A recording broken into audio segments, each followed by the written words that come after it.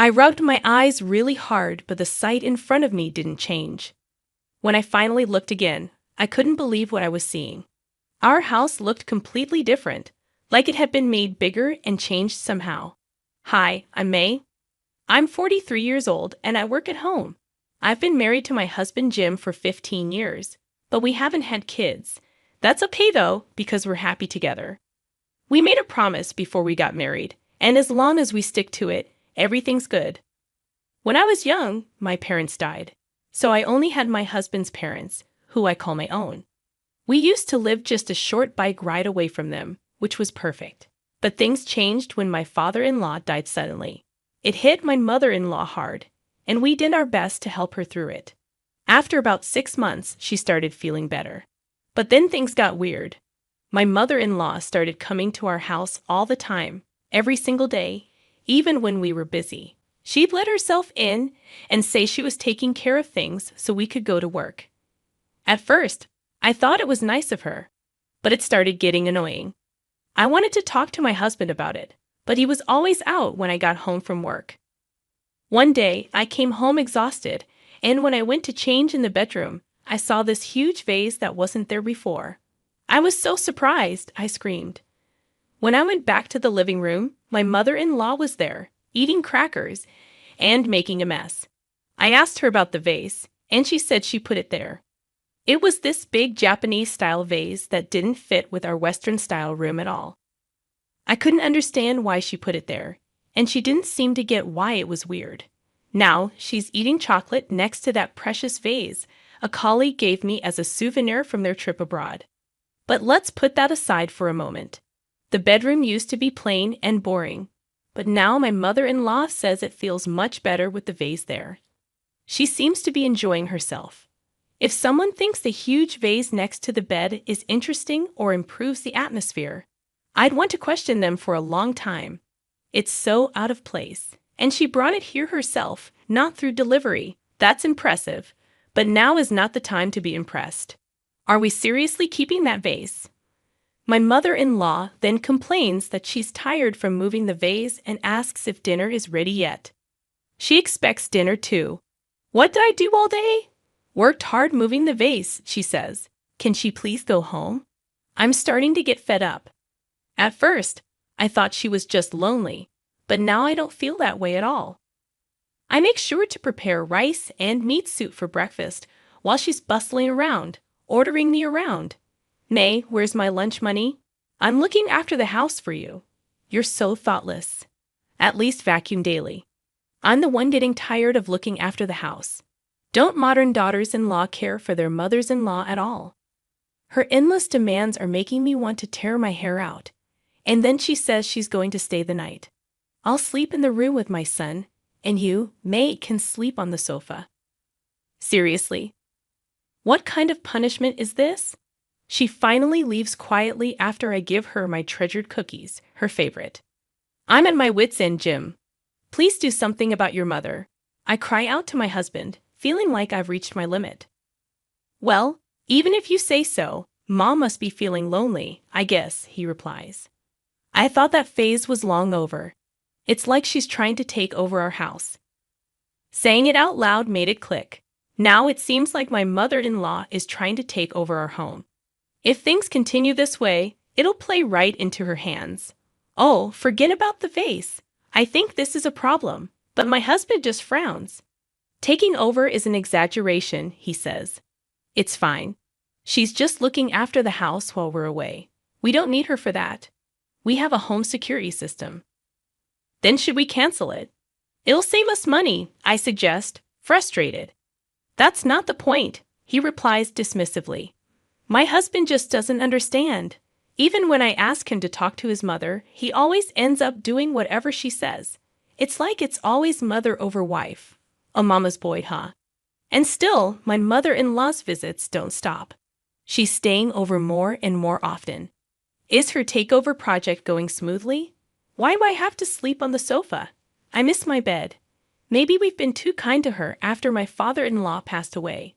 Is this what they call taking advantage of the situation? As I was pondering what to do, I was called in by my boss at work. Worried that I might have made a mistake, I went to see what it was about. Think you could go on a business trip abroad? He asked. A business trip overseas? A chance to get some souvenir chocolates from a colleague, away from my mother-in-law's reach. Well, it's not like that. Being selected for an overseas business trip means being seen as promising for the future. That's the unwritten rule in our company. No, it's different. I'm moving up, I thought. We couldn't have children, but in return, I devoted myself to my work, and it paid off. It seems God is watching over me. My response, "Of course I am," I immediately said. "Okay. Are you sure it's okay, leaving for a month?" My husband asked. "It's fine. Mom's here after all," I reassured him. "But it's his mother that I'm worried about. When I return from the trip, there might be more pots. My dear, leave the house to me. I won't let anything bad happen. I'll take care of it until you return," my mother-in-law declared confidently. "It's because of you that I'm worried," I thought. In the end, the business trip went too smoothly and got extended. Before I knew it, 3 months had passed, and now I'm back home. "Oh, how I've missed this place," I said to myself. "Yes, it's nostalgic," I continued. "But why is our house under renovation?" I closed my eyes for a moment, hoping it's a dream. But when I opened them, it's still the same. What I see is my home transformed by additions and alterations. What in the world? I dashed into the house. "Oh, welcome back. You're late," my mother-in-law greeted me nonchalantly. "Mother-in-law, what on earth is going on here?" I demanded. Well, we're remodeling. We needed to make it a 2-family home to live comfortably," she explained. "A 2-family home." Then my husband appeared. "Oh, welcome back, May. You were gone for a long time. Dinner will be simple tonight," he said. "It's not about having a simple dinner. Why am I just back from a business trip, expected to cook dinner?" I protested. "But that's not the main issue. What have you done? Done without telling me? What do you mean?" "We remodeled for cohabitation. It's better to have a 2-family home, right?" my husband said, seemingly unconcerned. "Why did you do it without asking me?" I confronted him, feeling frustrated. "This house is in my name, isn't it? I can do what I want with it," he replied, dismissive. But still, I tried to argue, but my husband scratched his head in annoyance. "It's fine, isn't it? It's more convenient to have Mom around. It'll make things easier for you too, so you can focus on your work," he said, trying to reassure me. "And yet you expect me to cook dinner? Housework is a wife's duty, right? You've been slacking off for 3 months. You can at least do that," he added. I felt a wave of exhaustion hit me at my husband's words. Slacking off? Did he just say that? How busy I was overseas, working from morning till night. I didn't even have time to buy a single chocolate bar despite being abroad. And the torment doesn't end there. "Oh yes, I've turned your room into mine." "So where is my room? Did you add it in the extension?" I questioned, feeling a mix of disbelief and anger. "There's no such thing. That extension is entirely my living space. But I wanted a room on this side too, so I turned it into a Japanese-style room," my mother-in-law responded, with a hint of finality. "What?" I exclaimed. "Then where is my room?" "That's what I'm saying. You don't have one." "What?" "A daughter-in-law doesn't need her room. Let's see, if I had to say, your room would be the kitchen. Lucky you," she said with a smug look. I was speechless. She took over my room for herself. And now, while I'm working, she dares to assign the kitchen as my room. A quiet flame of anger began to smolder within me. Then my mother-in-law brought out some documents. "You earned money on your business trip abroad, right? Here, take care of this," she said, handing me the papers. "What is this? What does she mean by take care of this?" I asked, feeling a sense of dread as I looked at the documents. $160,000, I gasped. The total cost of the recent renovations was written there. I was shocked at the astronomical amount and confronted my husband. "How do you plan to pay for this huge amount? We haven't even finished paying off the house loan." "How are you going to manage with your salary?" I demanded, feeling overwhelmed. It's obvious that you're going to pay, May. We're relying on your earnings. You'll have to work hard and earn a lot for our sake. My husband said casually, as if it was the most natural thing in the world. In other words, they intended to make me pay the arbitrary renovation cost of $160,000. At that moment, something inside me cooled and then froze over. I was done. These two were no longer needed in my life. I took the luggage I had brought back from the business trip and left, ignoring their attempts to stop me. I booked a room in a business hotel and started taking action. The next day, I returned to the house. The sight of the changed home brought a wave of sadness as I stood there. My husband came out yelling at me. "May, where the hell have you been, and what have you been doing?" he demanded. "I just had some errands to run," I replied calmly, brushing past him and entering the house without a word. As I ignored his further attempts to engage with me, my mother-in-law yelled at me about last night's steak bill. "Even if you tear it up, I remember the amount," she said sharply. I snorted derisively. "I won't pay." "We are strangers now," I declared firmly, shocking my husband with my words. I slammed a piece of paper on the table. "This is a copy of the divorce papers. I've already submitted the original," I declared firmly. My husband looked surprised as he picked up the paper, confirming that it was indeed as I said. "Do you remember what we promised before we got married?" I asked him. He seemed unsure. "What was it?" "The promise my husband and I made before marriage was that if either of us betrayed the other, we would immediately divorce. We prepared divorce papers as a sort of safety measure, thinking we would never actually submit them, like a talisman. But now, I was glad I had them prepared. I had kept the divorce papers in a safe deposit box and submitted them yesterday. Since we are now strangers, there's no need for me to pay any money. I just came to pick up my things today. I've already found a new place, so I'll leave once I've packed my belongings." "What? Wait, May, this is a joke, right?" my husband exclaimed in disbelief. "The biggest joke was thinking you were my husband," I replied coldly. "Why should I live with people who mock me? We're married, not anymore.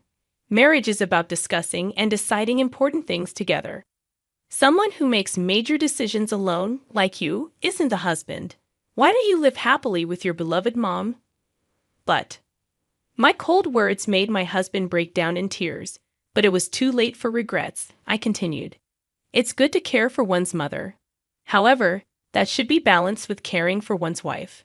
The moment he disregarded me and followed his mother's wishes, our marriage was over." "This house is in your name, right?" I reminded him. "I saw the estimate yesterday, and the contract is under your name. Good luck paying back the $160,000. I waved my hand cheerily as he collapsed to the floor in shock. As I started gathering my things, my mother-in-law grabbed my arm. "Hold on, May. You can't just do as you please. I don't need your permission." "It doesn't matter what a stranger thinks of me," I retorted. As she was at a loss for words, I remembered something and handed her an item. "Here, as a housewarming gift for the renovation. Be sure to display it in your room," I said, handing her a vase. "What is this?" she asked, puzzled. "It's a vase," I replied. "Believe it or not, it cost $1. "You're lucky, aren't you, mother-in-law?" "What about the $160,000? She cried out. "Well, I'm just a stranger now," I replied with a laugh, quickly packing my belongings and leaving the house. What happened after that? Well, the two of them, who had completely relied on my income, seemed to be living quite poorly. They couldn't possibly make payments on the original loan plus an additional $160,000. My mother-in-law sold her own house, but it didn't amount to much and was far from enough to cover the costs. As for my husband, he was already dealing with reduced pay due to poor business performance. The shock of our divorce might have contributed to him making repeated mistakes at work, resulting in a significant salary decrease. I remember receiving messages from him filled with pleas for help, saying he couldn't pay the loan and they were going to seize the house. My mother's behavior has been strange lately. She accuses me of being a thief and wanders around the neighborhood. It seems they might have to let go of the house. With that shock, my mother-in-law was probably seeing his messages. I replied briskly, "Work hard for your mom, who's more important to you than your wife." And then I set my phone to block his calls. As for me, work was going well. My skills were recognized, and it seems I might soon be offered an overseas position, not just a business trip. Freed from the ill-fated ties, a bright future surely awaits me. Looking up at the contrails in the sky, I took a deep breath.